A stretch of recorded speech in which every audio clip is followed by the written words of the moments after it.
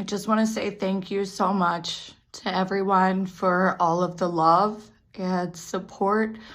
It is very humbling.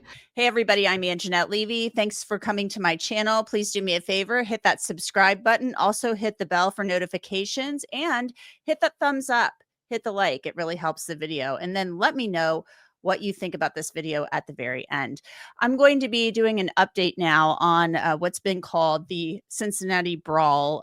I don't really look at it as a brawl. I look at it as a just gross beatdown, kind of a huge blemish on the city of Cincinnati.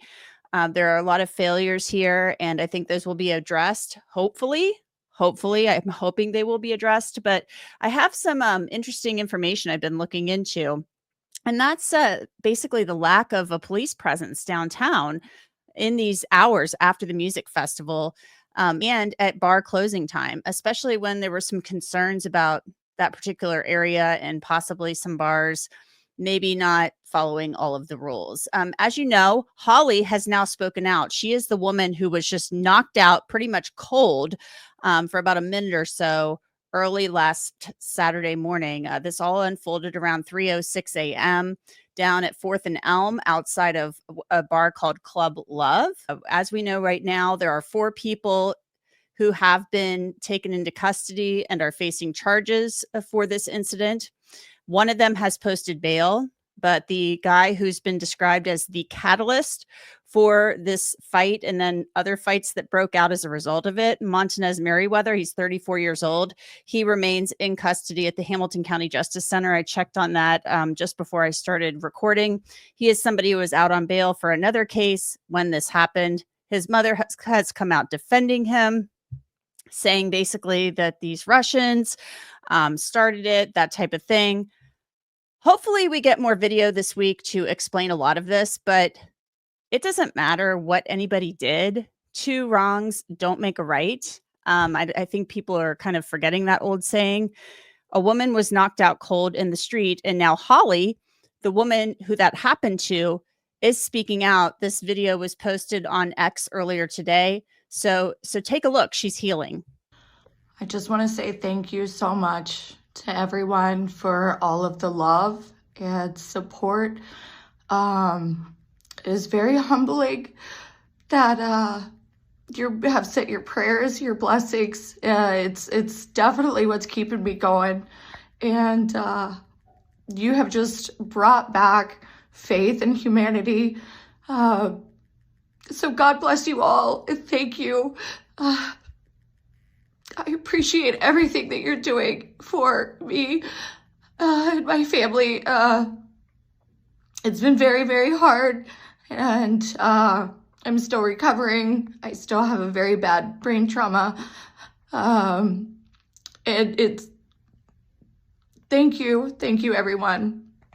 So Holly is kind of in the Cincinnati area. Cincinnati police have said there are these wild rumors going around that she left the area, left the country, that she didn't want anything to do with this, but that's not true. She is still in the Cincinnati area, and she is cooperating with the investigation. There is apparently a witness who has left the area, and they're trying to track her down. So it sounds like there may have been some misunderstanding about her whereabouts based on something that was said in court. That's what the Cincinnati Police Department is saying based on a WhatsApp message that they sent out. So Holly is recovering, and there's a Give, Send, Go account that's been started. It's going up really fast. I mean, it was at like $30,000 the other day. Now it's at more than $170,000 for her medical bills and stuff like that. And this woman didn't do anything wrong. She went to go try to help her friend and to like intervene. And if you watch the video, I'm not going to post it on here because YouTube gets weird about that. But she is literally punched in the face and knocked to the ground, and her head hits the concrete. I mean, she's out cold for a good amount of time. Now, one of the things that I want to talk to you about is the 911 call.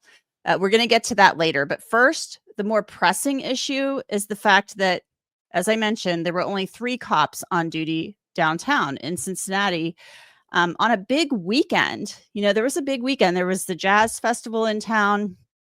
There was a Reds game. And it's 2:30 in the morning and there's 3 cops on duty. That's not a lot. That's not a lot. And so there's apparently an issue with staffing at the Cincinnati Police Department. And there are a number of reasons for that. A lot of people just don't want to be cops these days. They're just not getting a lot of applicants, and that's a problem everywhere. It's a tough job. I mean, who would really want to do that job? I mean, it's rough. Second of all, I have a lot of questions about why the city of Cincinnati wasn't taking part in a program offered by the state of Ohio that could have helped them. There is a program available through the state of Ohio that is aimed at reducing violence in all of the cities across Ohio. Cleveland is taking part in it and has taken part in it for some time. Why, if Cincinnati has staffing shortages, are they not taking part in this program? Now, at the press conference on Friday, that I still have a lot of feelings about. I'm not going to go into all of them right here. The mayor, Aftab Puraval, talked about how, we're going to be partnering with Governor DeWine, and he's going to be sending down some state patrol, the troopers, and they're going to patrol on the highways and stuff like that and free up Cincinnati police officers so they can be downtown. Great. Well, why wasn't that happening before? Because that could have been happening before.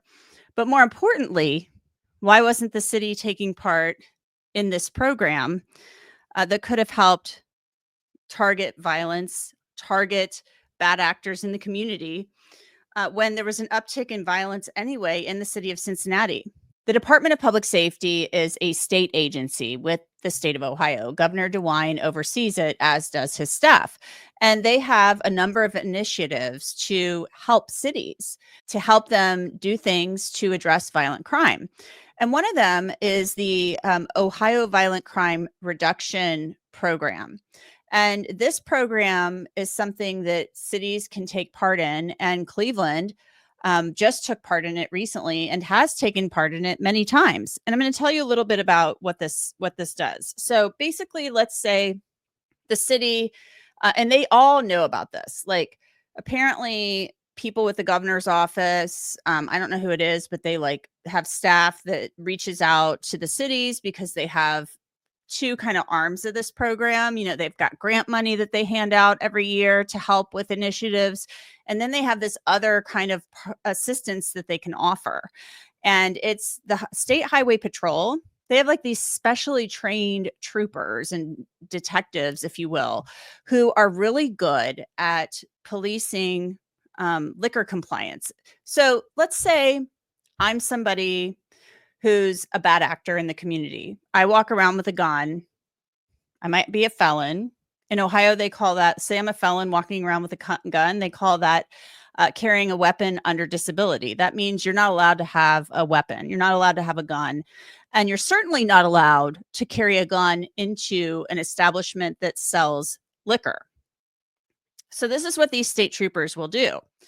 They are trained to recognize firearms and to recognize people carrying firearms. They know where to look for them. They know how to kind of spot them if somebody's carrying one and trying to hide it. And they kind of surveil establishments that sell liquor. And so this is different than what the Cincinnati Police Department would do. This isn't just like the cops going in for compliance checks. Hey, how you doing? Oh, we're going in and just looking around to see what's going on, talking with the owner. No, this is like an undercover operation, and it happens outside the establishment. So they sit out there, they're watching people going in and out, looking to see who's going in or out, who's carrying a weapon possibly. But this is all about getting people with guns who are not supposed to have them off the street, and then getting those guns off the street. Because a lot of times these people are the ones who are committing violent crimes. Now, this is different. Thank God, during that big melee fight down at 4th and Elm, we didn't have anybody who got shot, but it could have happened. We don't know if anybody in that crowd was carrying a gun, but still, people did a lot of damage with fists, with feet. It was horrible. It's just horrible. And then it spins out of control on social media. It's all over the country. And it makes Cincinnati look absolutely ludicrous. Like they don't have their stuff together. You don't have your stuff together and you can't keep your city safe. What this does is it enhances the local law enforcement presence, because this helps get bad actors and their weapons off the street. Because if you're a bad actor, a felon carrying a gun around, you're not supposed to have it and you're probably up to no good. And I'm told 9 times out of 10, these people who are detained may have a warrant and they're carrying a gun under disability, meaning they're a felon carrying a gun and they're not supposed to be doing that. So then what happens is they seize the gun and then they enter it into NIBIN, which is a national database. And a lot of times these guns will come back because they can analyze them, and that they'll find that a lot of these guns are linked to other crimes. So it's kind of this multi-pronged thing where they're somehow able to target these bad actors.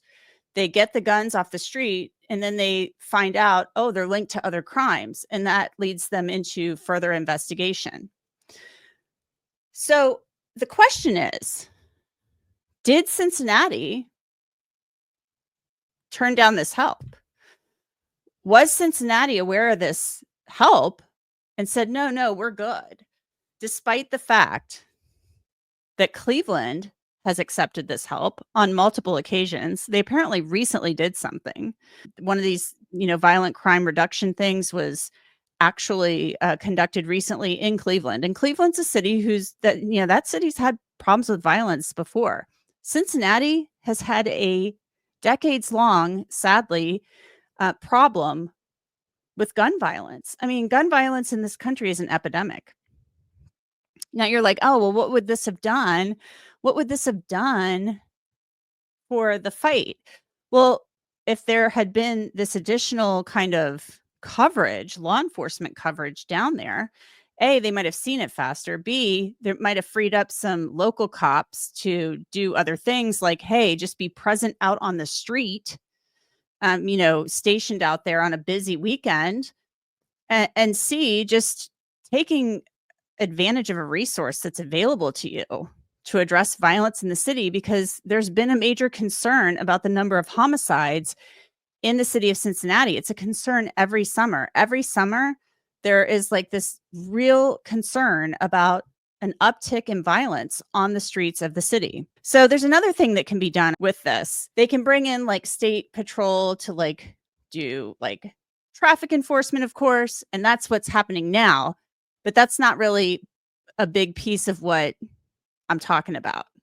Yeah, the state patrol is coming in to do traffic enforcement to free up cops to get off the highways and be downtown. But they can do other things too. There are these enhanced patrol, and they can bring in they go to pull somebody over, maybe who has a warrant, and that person thinks, oh, I can just take off and I'll be gone. Well, they can use the state patrol helicopter to then follow that person, and then they can nab that person. So it's just another way to try to make the city safer. They also offer grants. That's a second part of this program offered by the state of Ohio. And so I'm looking at that right now. Governor DeWine on June 6th sent out a press release. It says 48 law enforcement agencies in 27 counties will receive funding through the latest round of the Ohio Violent Crime Reduction Grant Program. Since the launch of the program in 2021, more than $84 million has been awarded to nearly 200 local law enforcement agencies for targeted programs and enhanced technology that aid in preventing and solving incidents of violent crime. And so it then lists below all of this the sheriff's offices, police departments that are getting this grant money. Milford Police Department, that's a smaller agency, obviously, than the Cincinnati Police Department, but they got grant money. Let's see, the Independence Police Department in Cuyahoga County. Springfield Township Police Department, that's in Hamilton County, they got grant money. Steubenville Police Department, that's up in the Cleveland area, they got almost $100,000 in funding. So this is all money that can be used to reduce violent crime. the Dayton Police Department, Montgomery County, the Dayton Police Department. So if you're going to compare cities, Cincinnati has a larger population, but they have a lot of crime. They got $400,000. The Dayton Police Department got $400,000 in grant funding. So Cincinnati, I don't know if they applied for this, and I've trying to get some answers on all of this, but it's hard on a Sunday. Cincinnati is a bigger department than that, or a bigger city. So wouldn't they have potentially received more money? And that's money that could have been used had they applied. Maybe they did and they got turned down, but I can't imagine that to be the case. They might have gotten more than $400,000 in funding for violent crime reduction initiatives. Canton Police Department in Stark County, $100,000. Akron Police Department in Summit County, they got $170,000. So you get where I'm going here. There are violent crime reduction tools and resources that are made available to every city, every municipality in this state. Why is the city of Cincinnati not taking, the state of Ohio up on these programs? Why weren't they doing this here in Cincinnati, taking part in the violent crime reduction program? Because I haven't heard that they were, but I know Cleveland was. I've got some information here that I was able to gather. Since 2022, the violent crime reduction operation has recovered more than 1,171 guns. And as I said, many of those were people who were felons carrying those, or they were stolen guns. And they're people that weren't supposed to have guns in the first place. And then in 2025, just the current year, there have been 218 guns seized that shouldn't have been on the street. Some of those were entered into NIBIN, or at least all of them were, I should say. 48 of the 218 have been linked to other crimes. 10 have been linked to murders, and 31 have been linked to felonious assault type shootings. So I think there's a lot of questions to be asked here and answered. I've contacted both the city manager's office and the mayor's office, their communications people, and asked for a comment on this. Like, did you talk with the state about this? Why aren't you taking part in this program? Especially when you have a shortage of cops and you've got a violent crime problem. It is Sunday. I have not yet heard back. I'll let you know if they get back to me on Monday morning. So that's a huge issue, I think, if they're not taking advantage of resources that are being made available to every city, especially the big 3 C's, Cincinnati, Columbus, and Cleveland. And you've got Cleveland all the way to the north saying, yeah, we'll take it. We've got issues. We want your help. Cincinnati obviously needs some help. Why aren't they taking part in these programs or this program that could offer a lot of help? Now let's get back to the big fight, beatdown, brawl, whatever you're going to call it. It was a beatdown. It's very controversial. Some people are trying to say there were racial slurs hurled by the Russians and that they deserved this. Even a city council member said they were begging for that beatdown. I don't think anybody begs for a beatdown. I'm sorry. I don't think anybody begs for a beatdown. I take major issue with that. I think that's a horrific thing to say. Holly certainly didn't beg for a beatdown. She has a traumatic brain injury. That's absurd. It's your job as a city council member to ensure everybody who lives in this city is safe. As a member of city council, you should be doing everything in your power to make sure that every citizen in this city is safe, not stoking and fanning the flames of things that are going to divide people. And we're supposed to be getting more video, hopefully, showing what led up to this, both sides of the story. I'm told people are questioning whether this whole, the Russian guy kicking the car thing, whether that's even true. I'm told we don't even know if that's true. But I just know people were beaten up. And for what? Now let's listen to the 911 call, because the 911 call has also prompted a lot of questions. Take a listen. 911, what is the address of your emergency? 4th and L, please. Okay, can you repeat the address? 4th and L. Tell me exactly what happened. There's so much people acting crazy. There's what's going on? Few fights here and there, let's put it this way. Some people just acting crazy. Yeah. So there's just people fighting outside, is that correct? Yes, it is. How many people are involved? At this point, everybody's spreading out. So it was before, but by 20, 30 people, but everybody's obviously. But everybody's what? Everybody's walking away at this point. So you keep saying they left. Do you need police to respond out? I would prefer, yes, absolutely, yes. Okay, I need to get the person's description. Do you have descriptions of any of them? For 20 people, no. But once you send those to Okay, so here's another problem with this whole thing. You have a 911 call taker asking this man who says there were people fighting and there was 20 or 30 people, whether or not he wants police to respond. He just told you there's people fighting and there's 20 or 30 of them. Send the police. I mean, we've had some really horrific problems in the city of Cincinnati too with the 911 call center. I mean, I hate to bring this up, but does everybody remember Kyle Plush and what happened there? I thought these problems were supposed to be being addressed. So the 911 call taker is basically asking this man for a description after he said there's 20 or 30 people. He doesn't have a description for 20 to 30 people. He's just told you they're fighting and the crowd's starting to break up. But she should have sent police immediately when he said there's 20 or 30 people fighting. That's a real problem. The police chief said on Friday, the urgency of the situation was not conveyed to the officers.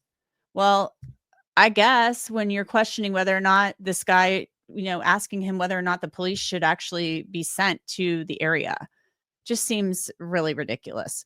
So there's a lot there with this story. There's a lot going on with it that needs to be addressed. And, it's really disheartening.